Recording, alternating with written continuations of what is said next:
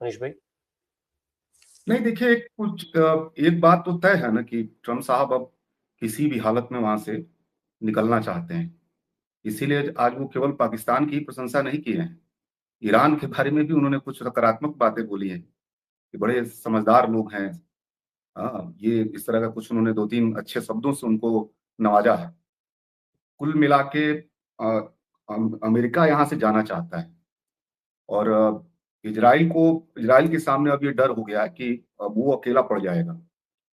ये एक असंभव बात थी कि वो वहाँ लेबनान के साथ वो कोई इस तरह का युद्ध विराम करता, क्योंकि उत्तरी जो इजराइल है, जहाँ सबसे ज्यादा लोग प्रभावित होते हैं हिजबुल्लाह के हमले से, वहाँ खासी नाराजगी है, बहुत ज्यादा नाराजगी है। अभी विपक्ष के नेता ने फिर बोला है, मैंने उस ईरान के युद्ध से तो हट ही गया था इजराइल।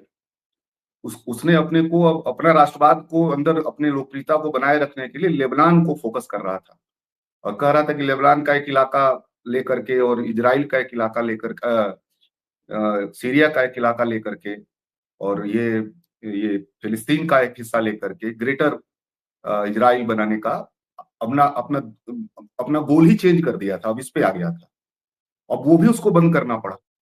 ये तो मतलब समझ लीजिए कि एक तरह से ये कोई मामूली मजबूरी नहीं है। ये मतलब कोई मामूली किस्म का ये पीछे हटना नहीं है। ये केवल इसको 10 दिन का युद्ध विराम न समझे, एक दिन भी रोक देना अपनी तरफ से, और बिना कि इनको हिजबुल्लाह को हथियार रहित करना है, हमारा अंतिम लक्ष्य ये है।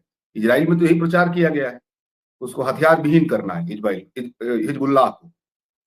तो कुछ चीजें देखिए राम प्रकाश जी, अब तय हो गया। अमेरिका अब पहले जैसा पाकिस्तान पश्चिम एशिया में अब उसकी साख फाइनली देखिए, युद्ध कब बंद होता है नहीं बंद होता है, अभी कितना चलता है, वार्ता बढ़ती है कि नहीं बढ़ती है, एक अलग मसला है। लेकिन कुछ चीजें दुनिया थोड़ी रीडिजाइन हो गई है। इसको आप कह सकते हैं कि जैसे मान लीजिए अमेरिका अब उसकी पश्चिम में साख लगभग खत्म हो गई है, और वो यूरोप के मामले में भी अकेला पड़ गया है। एशिया में भी चाइना का महत्व बढ़ेगा, यहाँ भी अगर मान लीजिए तो उसका एक सेंटर हो गया।